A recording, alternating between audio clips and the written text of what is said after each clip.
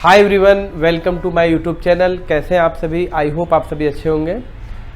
आज मैं आपके सामने टॉपिक लेके आया हूं कि क्या आप जानते हैं कि जो हमारी पीएम होती है, जो हमारी पावर आईसी होती है,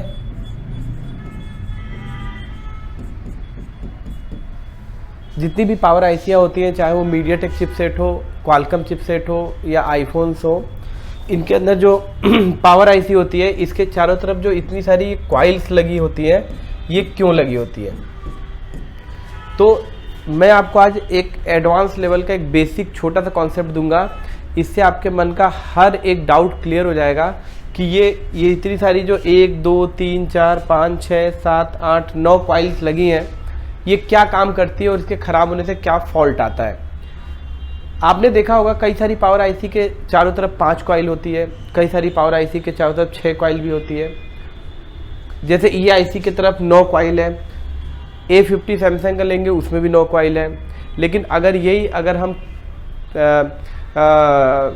पोको X3 Pro की बात करें तो उसमें 21 कॉइल लगी हैं। तो कहने का मतलब ये है कि वो डबल पावर आईसी कॉन्सेप्ट है। तो ये कॉइल होती क्या है, इतनी सारी क्यों लगी होती है, तो इसके बारे में आज हम डिस्कस करने वाले हैं। तो सबसे पहले मैं आपको बता दूं, देखिए ये जो पावर आईसी होती है ना, इसके अंदर कई सारे सेक्शंस होते हैं। जैसे पावर आईसी के अंदर एक बेसिक देखा जाए तो एक बक सेक्शन होता है, एलडीओ सेक्शन होता है, एचके सेक्शन होता है, और भी सीडीसी और यूजर इंटरफेस का सेक्शन होता है। मतलब ये होता है, आप ऐसे नॉर्मली जानते हो कि ये जो पावर आईसी होती है सभी आईसीज को सप्लाई देने का काम करती है। और आप ये भी जानते हो कि अगर ये पावर आईसी खराब हो जाए तो आपका सेट डेड हो जाएगा। तो आज का जो टॉपिक होगा, ये कॉइलें क्यों लगी हैं। तो पावर आईसी के अंदर एक बक सर्किट होता है। बक सर्किट का मतलब समझिए क्या होता है। बक सर्किट का मतलब होता है कि हमारा जो मोबाइल फ़ोन का प्रोसेसर होता है, मैं आपको दिखाता हूँ, कोशिश करता हूँ दिखाने की।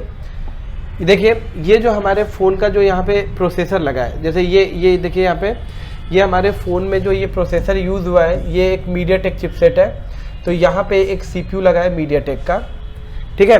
तो किसी भी फ़ोन में जो सीपीयू होता है, उसको काम करने के लिए हाई एम्पियर का करंट चाहिए, क्योंकि सीपीयू के अंदर बहुत सारे कोर्स होते हैं। जैसे सीपीयू के अंदर जीपीयू इन्वॉल्व होता है, जो आपके ग्राफिक्स आते हैं। सीपीयू के अंदर बेसबैंड चिप होती है, जिससे कि आपका पूरा जो रेडियो फ्रिक्वेंसी कंट्रोल होती है। अलावा सीपीयू के अंदर और भी कोर होते हैं, जैसे एपीसी का कोर होता है।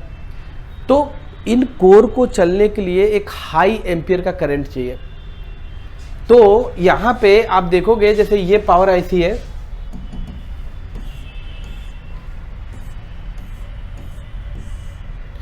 ये जो आप पावर आईसी देख रहे हो, इसके चारों तरफ 9 कॉइल है।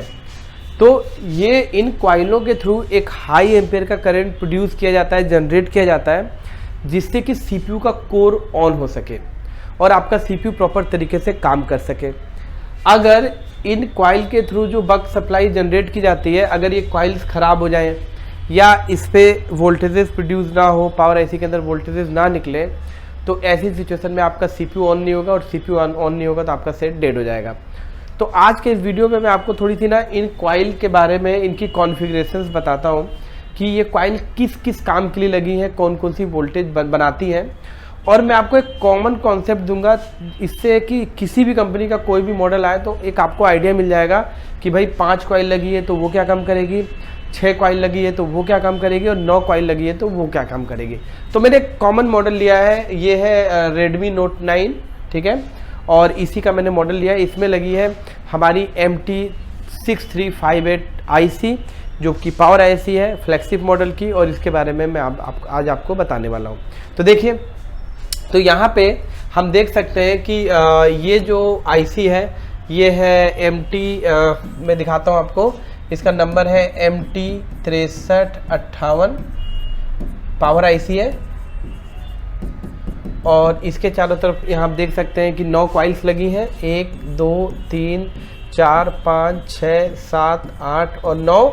और इनको हमेशा हम बक कॉइल बोलेंगे, क्योंकि यहाँ पे हाई एम्पियर जनरेट हो रहे हैं, इसीलिए इसको बक कॉइल बोलेंगे।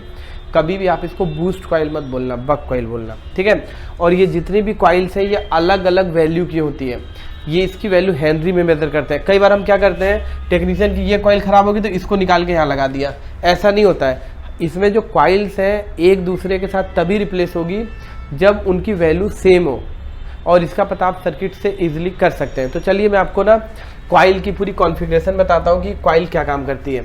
तो देखिए यहाँ पे मैंने एक सर्किट खोल रखा है, देखिए, ठीक है। अगर आपको दिखता हो तो आप देख सकते हो यहाँ पे लिखा है MT6358 और इसका मैंने सर्किट खोल रखा है।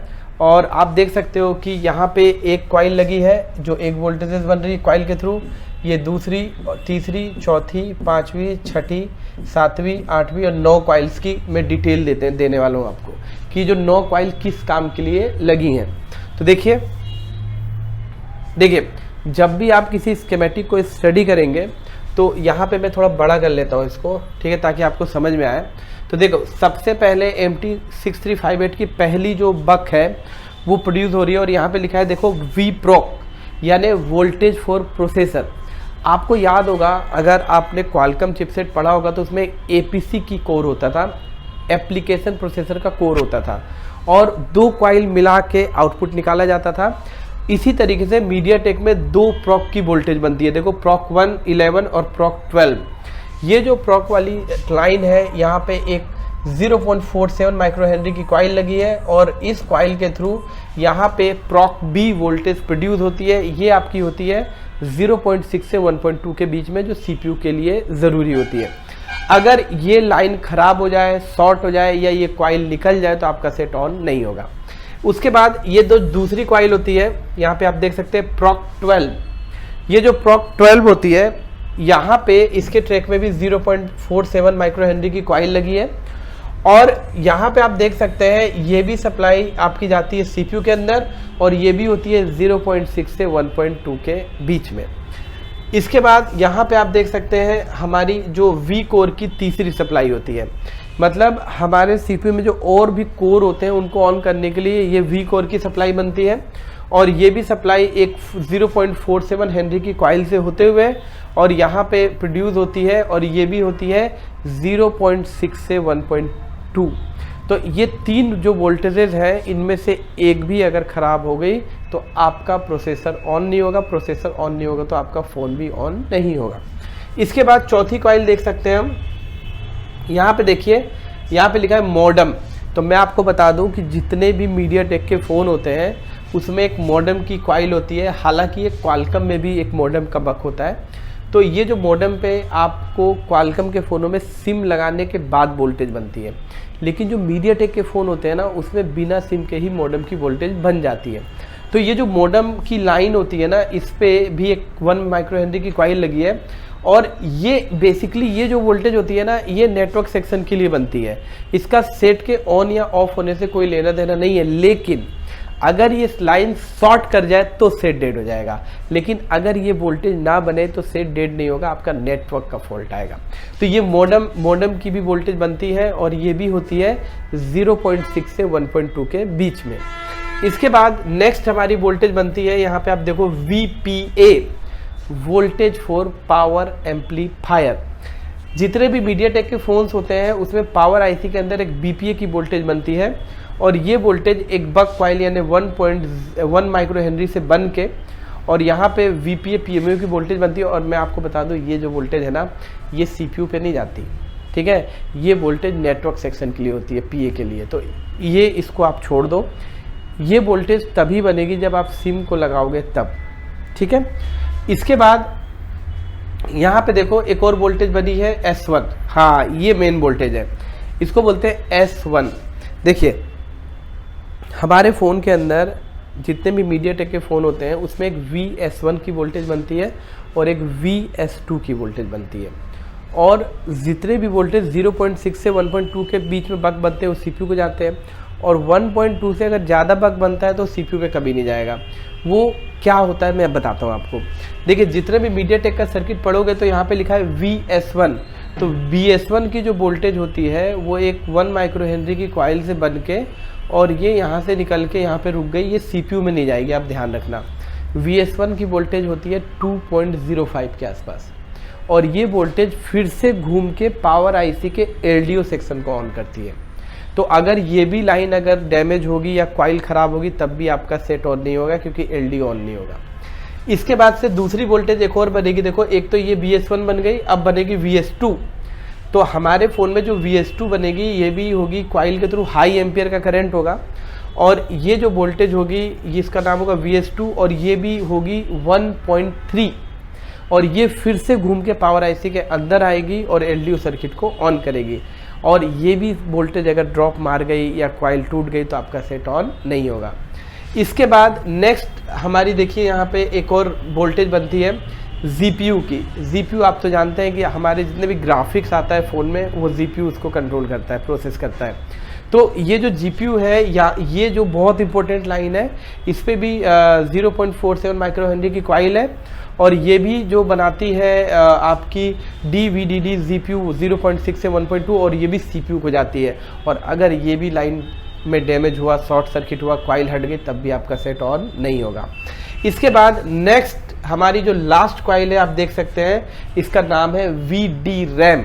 तो देखिए ये जो लाइन होती है ना, ये आपको सिर्फ बड़े मॉडल में मिलेगी, इसीलिए मैंने एक बड़ा मॉडल एग्जांपल लिया है। अगर आप ये छोटे जैसे 6357 पढ़ोगे या 8937 जो छोटे फ़ोन पढ़ोगे, इसमें VDRAM नहीं मिलेगी, ये बड़े फ़ोन्स में मिलेगी।